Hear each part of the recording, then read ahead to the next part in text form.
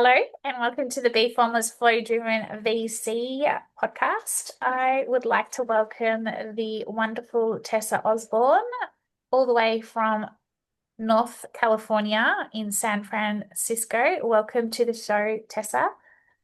Thank you so much. Thanks for having me. And I thought I'd just let everyone get the surprise of your Aussie accent and talk about 6 degrees of separation. Like, you know what? It's kind of bizarre. We're chatting away and I'm like, so where were you? Where were you based in? Like, where did you grow up in Melbourne? You said the Yarra Valley. For all the international people, they won't know where that is, but for the locals, Yarra Valley and the Dandenongs areas where I grew up, we were literally probably lived probably like 10, 15 minutes away from each other. Although I'm a lot older than you, I won't lie. And then you ended up in Elwood. And as it turns out, I've been living in Elwood for the last 14 years. And then 18 months ago, you decided to move overseas at the beautiful young age of 25, which is, if that was 18 months ago, you would have been what, just even more of a baby at 23. And you've gone over to the US and you've literally been coming out of COVID and you've gone over there to become an investment analysis at Plug and Play Tech Center, which has 700 employees, is one of the top five active investors in the world. It's a global innovation platform and an early stage investor, and it's headquartered in Sunnyvale, I should say. The business has done 8K plus investments. I was about to say you have. And since 2006, and you support sourcing and diligence across Plug and Play's startup ecosystem with the big intention of bridging the gap between Silicon Valley and Australia, because obviously Australia has a really, flourishing startup ecosystem as well. So, Tessa, tell us about your journey. Like, yeah, what got you overseas at such a young age? How did you fall into, or how did you get into Plug and Play? Tell us about it. Yeah, for sure. Venture was something that I was kind of curious about from a young age and startup in general. So, I played around with a few different businesses through high school and through university. Some in the e-commerce space with debutante dresses, and then I did a ed tech startup when I was in university, and we were talking to some investors through that process. And it got me more curious as to the other side of the table. I thought initially I would be jumping into the startup scene, but I felt like because I was at the very beginning of my career at the time, I didn't have the resources and the tools to be able to effectively scale a company. So I thought, okay, let's see what venture capital is about. So I kind of did a few courses at university studying the space. And then a short time at Antler, which is an early Yep. stage VC program. They run an accelerator, and they came into the Australian market. I think it was 3 years at the time they'd been in Australia when I was working for them. So that was very much of a startup culture, and I loved it. I loved kind of the attitude and the wearing all hats side of things there. So I was interested in kind of exploring venture more, and I did a program with Monash, and we came over to Berkeley University for a few weeks and did like a intensive innovation and VC program here. And a part of that was exploring the Bay and exploring Silicon Valley, and we were touring all of these places, some great firms and Google and Apple and things like that, and just really being immersed in the culture over here in Silicon Valley. And I came to Plug and Play and did a tour. And the general partner, Ali Reza, came in and he was kind of telling us about startup and said, you know what, pitch me an idea and I'll tell you if it's going to work or not. And I was really curious. He obviously knew so much and he had great experience and had seen so many startups. So I chased him for a follow-up meeting for one of the startups, which were from Monash. I said, would you take a meeting? Like, we have a founder who's really interested in investment from US investors. It didn't work out, but he ended up saying to me, hey, look, we'd love to get more involved in the Australian ecosystem. Would you come over? We had someone pull out last minute and we'd love to bring you over here. Wow. So I said, yeah, why not? I thought if I want to go and be serious about venture, Silicon Valley is the place to be. So I headed over around 18 months ago. Wow, what a story. That gives me like utter goosebumps, right? In terms of like, were you just like when you got the call or when you got this guy saying to you, do you want to come and move to Silicon Valley and be part of Plug and Play? Were you like, is this really happening? Like was this part of Yeah. like was this one of your wildest dreams coming to life in terms of did you ever think at your age you'd be heading over to Silicon Valley? Do you know what I mean? Yeah, it wasn't something that was on the cards. I wasn't thinking about it, but it came out of nowhere, and they said like it's usually pretty hard to break into to Yeah. get a job in another country, and then as well in venture capital, like it's tough because teams are small.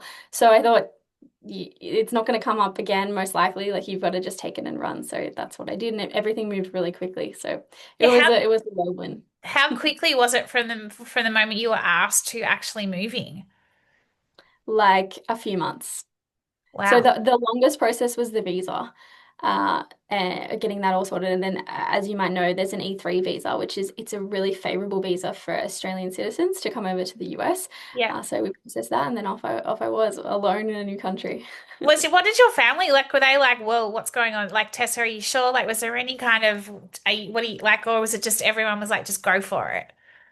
I think they always knew that I was going to seek out the best opportunity I could get my hands on. I've always been super curious and wanting to find a role in which I can challenge myself and get a lot of fulfillment out of. So I don't think they were overly surprised that I said, "Hey, look, I want to try this out." But I am the only child, so I think they were pretty heartbroken that they lost they lost me. But I come back for Christmas, so what can you do? Oh, that's cool. And so you land, I keep going to say LA, you land in Silicon Valley, you land in San Fran, and you're like, how did you set yourself up? Like you know, were you 20, you were like 23, right? Like, or 24. Like Yeah. like, do they help you? How does it work? You get there, like, like, how did you connect? How did you kind of start to meet people your age? Like, it's a big thing to do at such a young age. Yeah, and it was tough for sure. They don't really give you much support. It's kind of like f figure it out and we'll provide you the opportunity. But that was good. I made it work. And there's a lot of people in Silicon Valley that are from different parts of the world and a similar age to me, or maybe a little bit older. So you can kind of lean on the community, and everyone is. That's the best part about living in this part of the world, that everyone is super curious. They have great stories, and they're really helpful and always looking to be there for you. So that was a huge part, a huge support network for me since I arrived. Yeah, and what about homes? Like, were there ever any moments in your first, say, 6 months or so where you were just like, what have I done? I want to go home. This is too hard. Like, did you have any moments? Because I want to get into plug and play and the fact that you support sourcing and diligence and this connection Mhm. back to Australia and Silicon Yeah, Valley. yeah. But like you've gone there, you're fresh, you're new into this. Like, were there any moments where you were like, I don't know, like you were doubting yourself, you weren't, like, were there any of those sort of moments where you were like, I can't do this, I'm homesick? Like, yeah.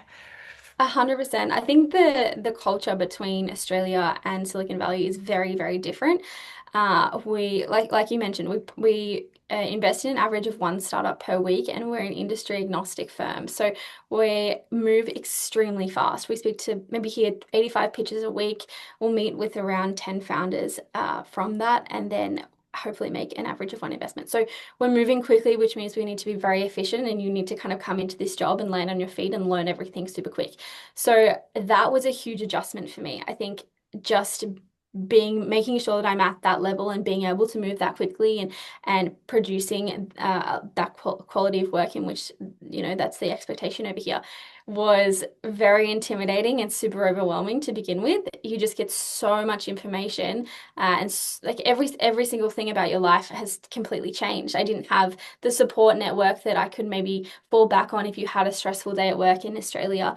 I come home from work and my family's asleep because that's the time difference or whatever it is. So I think the first 6 months in particular, I felt very alone and very overwhelmed. And I'm, again, like still relatively new, completely new to the venture space. So understanding how all of the dynamics work, how do you get deal flow from partner firms, things like this, it was a huge learning curve for sure. So that was tough. But again, like relying on network and talking to maybe some employees that have been here and had similar journeys is how what got me through.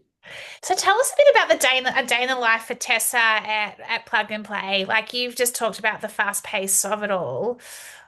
Like tell us about your role specifically, what you're doing as part of this, but also then Mhm. how do you ensure that you don't crash and burn? Like if it is such a fast paced way and you say you talked around the culture is very different or the values are very different to Australia.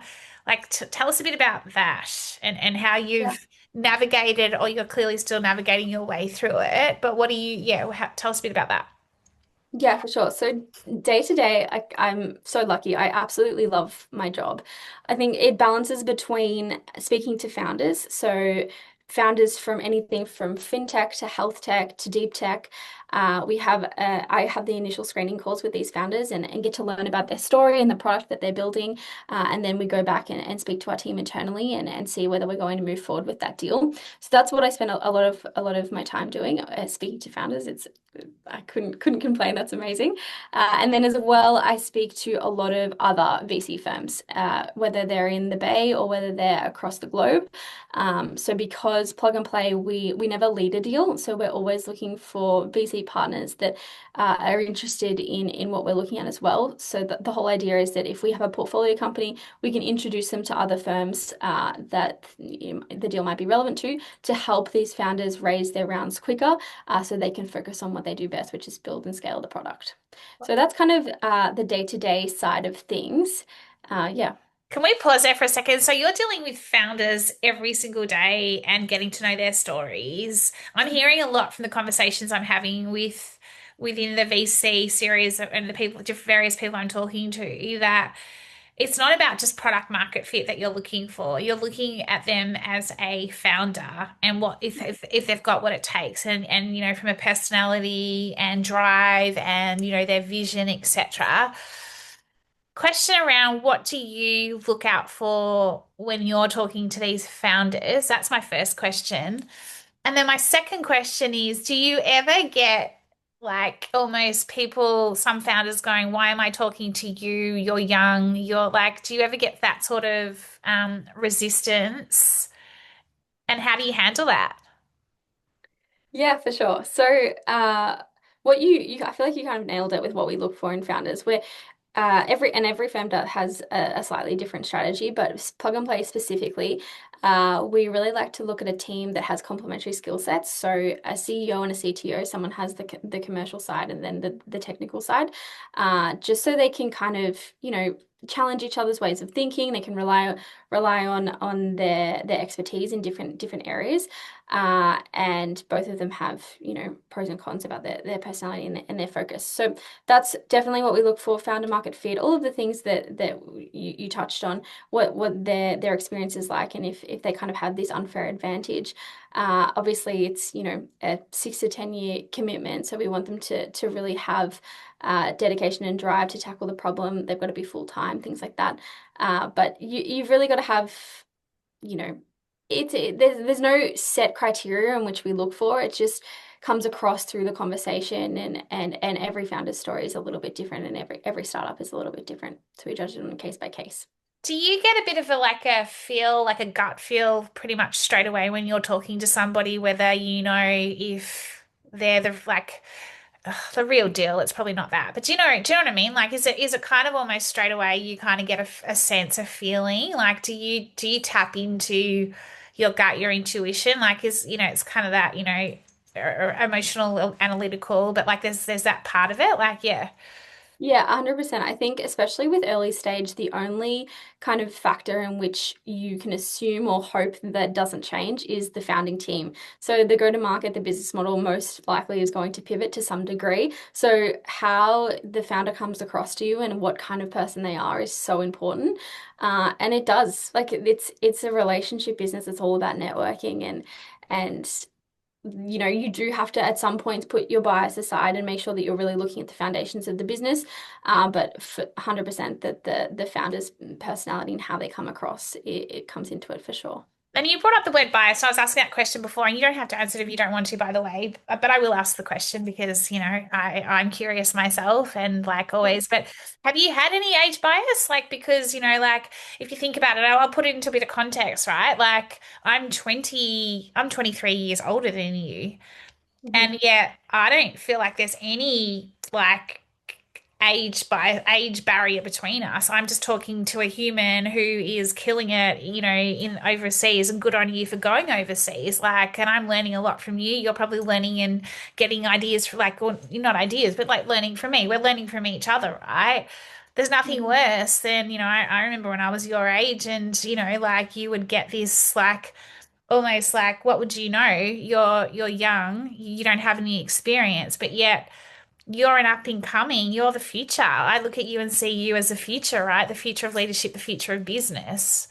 So having Yeah. that new fresh experience and then my own experience from all the years of leadership, etc. Like, have you ever come across any sort of age bias where it's just like, do you know what I mean?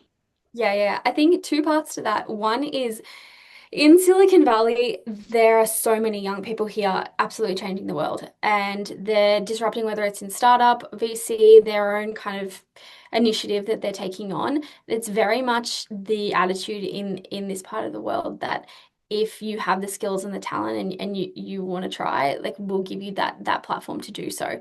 And I think that's one of the best parts about being here. They don't really care about any of those uh, Love it. age or how you dress or things like that. It's all about what you can produce. And so people do give me the opportunity and give me a chance to show what I can do without that judgment, which is really nice. I really appreciate that. And then as well, I always try and come across, instead of me jumping on a call with a founder and you have to convince me as to why we would put money into your business. It's more about how can we help you as an investor. And I want to learn and we really admire the tech that you're building and that you're going out and you're trying to make the world a better place and disrupt the tech that we have at the moment. So there's a lot about the attitude in which and the way I approach things. There are so many incredible people in startup in California that I can learn from and try and help where I can. And that's kind of the angle in which I take. I haven't really come across too many barriers in this regard so far, so I've been very fortunate. But I do try the best I can to kind of come across in a way in which people don't mind. I love it. I love it. And given that you guys are plug and play is early stage investing, or like in terms of like what are you seeing? Like, what's some really like what are you seeing coming out of Silicon Valley? Like, AI, there's so much going on with that. We're in this revolution. There must be some quite incredible, like even trends. Like, what are you seeing that's coming that's kind of, I guess, what's the word I'm looking for? I mean, what are you seeing that's really interesting and almost redefining the future at the moment?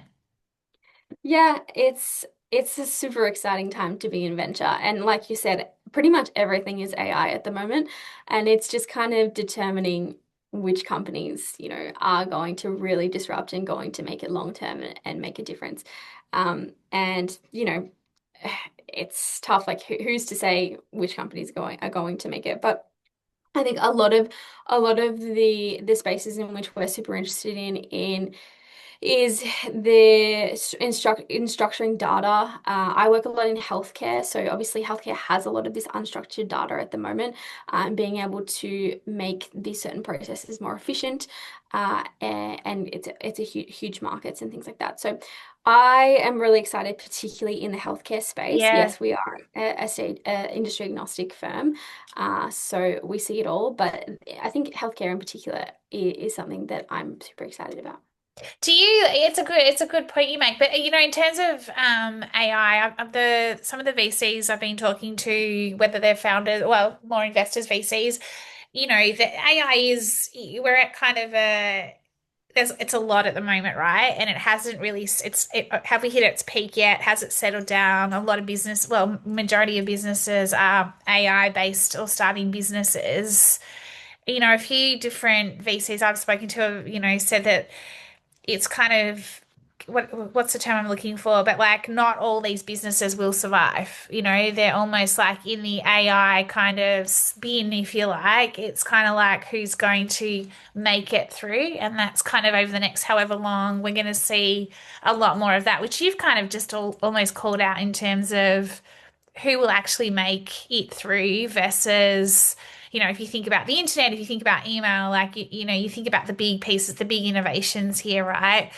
It's interesting. Like, do you see that at all? Like where you can kind of, or do you think that's playing out, I guess is my question, in terms of is everyone chasing AI right now and not everyone's going to survive through it in terms of from a business perspective?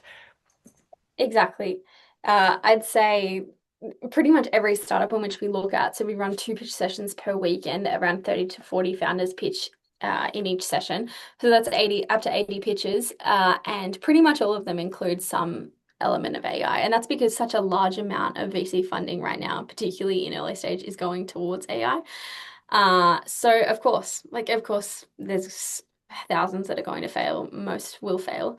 But nonetheless, I think that there's no doubt that this is a huge technological shift, Yeah. and it's going to be exciting, and we're going to see so many fail, but we will see some succeed. And we've already seen such an enormous impact of what AI can do in efficiency in the workplace, in your general life.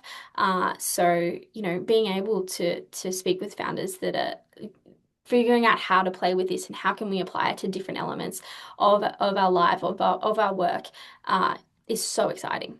Yeah, so exciting.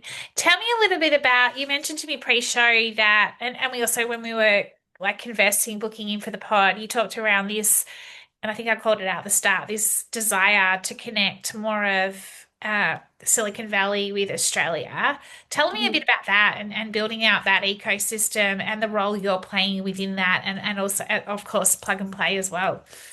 Yeah, for sure. So, uh, that's one of the main reasons as to why I originally joined Plug and Play. So, we're a global innovation platform. We have 64 offices across the globe, but we haven't been able to break into the Australian market. And I think Australia is it's such a unique case because we have such a strong foundation. We have amazing talent coming out of our universities. We've got a really strong economy, but our VC and startup landscape is a little bit more risk averse, and we're a little bit more behind than someone like an America. So I feel like our foundation is there, and there's definitely leaders in the space looking to kind of push things forward, but working on the speed and the amount of funding that's available and kind of the risk appetite of the ecosystem, it would be kind of the areas in which I'm most keen to work with it and grow over maybe the next coming years. So I think Plug and Play can definitely help with that. And we are for sure working on an office, and we have some touch points in Australia, between Melbourne and Sydney, and University of Queensland has a great entrepreneurship program. So it's something that I think can definitely help. Every startup that you speak to from Australia always wants to come into the US market, and that's kind of the path in which you can really lead to scale. But I'd love to see us eventually get to a point where we can be in the ecosystem, moving fast enough and being able to support these startups so they can grow in Australia, and reach Series A, Series B a little bit quicker than what we're seeing And currently. is that like you called out the risk adverse? What is it? Like what's preventing it? What's the block? What's the friction point at the moment that's stopping this from happening? I don't know. It's really just the culture, and that's what it's like in Australia. And so if you come here, there is so much capital available, and there are so many VCs out there that people will take a bet quite easily on an early stage company. And if they like the founder, if they think the tech is exciting and could be something, usually receiving funding over here, it's a much different story to over in Australia, where maybe they want to see a stronger kind of product market fit, or they're looking to see more LOIs or stronger traction before they come in, or they want to work with the startup for a little bit longer and keep the relationship and watch that startup grow. As opposed to here, they'll just put in the check initially and then see the growth happen. So there's a slight difference in the strategy there. Who's to say, like, I'd love to see the speed and the amount in which of action that we see in Silicon Valley happen in Australia, but it's baby steps. We're getting there. Yeah, it's interesting. It's a really interesting, like, it's interesting that you're calling it out in terms of, do you think it's a lack of innovation, or do you think it's just more that, yeah, it's just that speed and, like you say, and the capital that's half, like, majority, like, is it innovation? Is it the risk? This where I'm going with this is it that we're less risk, like calculated risks, right? Take the bet, like fail fast, move Yeah, forward, could yeah. succeed, pivot, iterate, whereas we take longer potentially to, we want to pressure test everything. And yet Hmm. we're in this world now where it is fast, it is, at a speed of knots. So, it's no longer A to B, it's non-linear. It's like put the bet here. You might go up here, it might go over here, but we will get to, or we will pivot to get to where we need to get to. Like, am I making Yeah. sense in terms of what I'm calling out here? Yeah, for sure. I think it's both on the founder side and the investor side. Yeah. So everyone that I see in the US, yes, they have they're working their full-time job, but they might have something that they're working on the side, or an area in which they're super passionate about and they're doing research in. And if that starts to gain momentum, they start to speak to a few angels, they're very quick to kind of jump into that new opportunity. Whereas in Australia, it's working for a large corporation or a more traditional career path definitely seems to be the more popular choice. Of course, there are outliers, but having you know, that interest to work on something on the side and potentially to take that risk and have a startup, it's obviously a much different career path and a much different risk profile than, you know, having working for that larger organization. So I think for sure, we have the talent and we have the technical ability and the knowledge is there and the research is there. But for kind of just making it more normal for people to try a startup, and if it does fail, that's completely fine. That's another thing, like the attitude towards failure and how it's received in the ecosystem.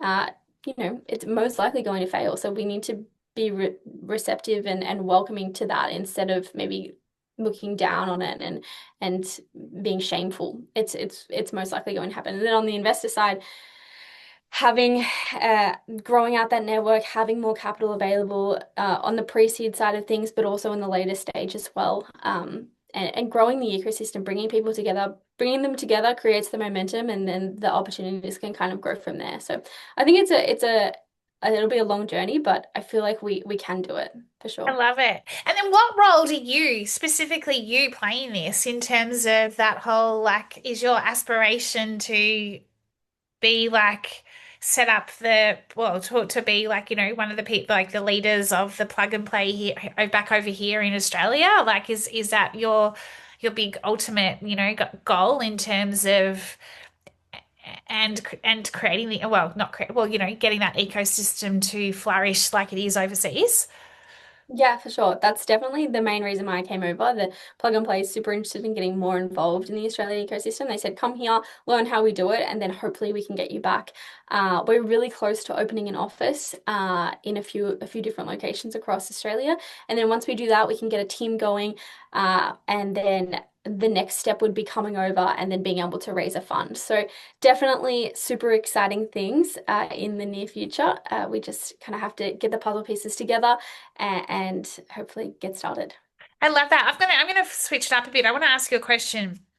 48, you're 25, Like I've, kind of done it the hard way in a way where it's like, work, work, work, work, work, burnt out. I was telling you my story beforehand. Mhm. You've got the chance to do things differently, right? In terms of, like you talk about plug and play, it does work at pace, etc. But you're the generation that can change how we live, lead, and build businesses and do it in a sustainable, regenerative way. What are you doing yourself personally to ensure that you stay shining your brightest, feeling and performing at your best? Like, what are you making sure what are your non-negotiables? What are your boundaries?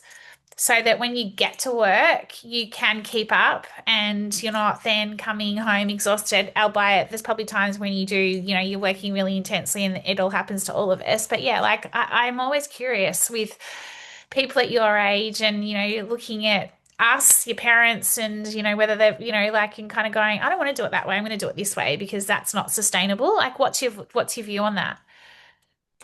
Yeah, it's an interesting question. Um, I think a big part of not having the burnout is really loving what I do, and Yeah. then surrounding myself with people that also love it. So going to events where I'm talking to people from firms that are of similar ages to me, and we can share deals and talk about maybe issues that we're both kind of facing. And there's so many inspiring people here that I can touch base with, that can kind of mentor me. And if I am getting really frustrated with a problem, or I do feel a little bit burnt out in a particular area, I can reach out to these people and they can kind of provide a little bit of advice and feedback, and show a little bit of light in the areas when things get a little dark. And that's been super helpful. But look, I'm really fortunate. My firm's super aware and thoughtful of looking after their employees, and not putting too much pressure on us. Of course, we do speak and have to get a lot done, but they respect that we have a personal life, and they tell us to go out and enjoy. And California is so beautiful. Like, everyone loves to get outside and hike and you just be in the beautiful weather. So that's another way in which I kind of reset and then have a little bit of separation between the two. I love that. I love that you've got that groundedness, but also then you lean into your mentors, when like you use that light dark, you're not afraid to ask for support, or if you've got a problem, how to, sense checking it with someone to solve it. It's a great way to be, and I think that's what we need more of, that more of that kind of way of approaching, not thinking we have to fix it all on our own all the time. Like we get so caught up at times doing that, right?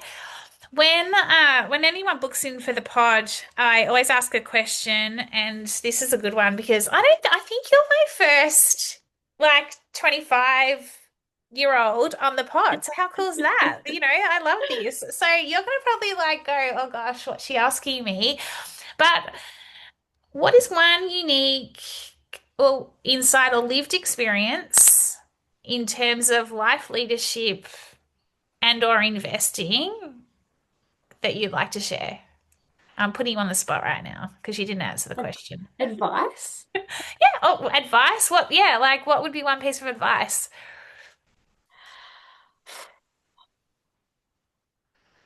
Advice. So I'll give you a little tip. Think about you.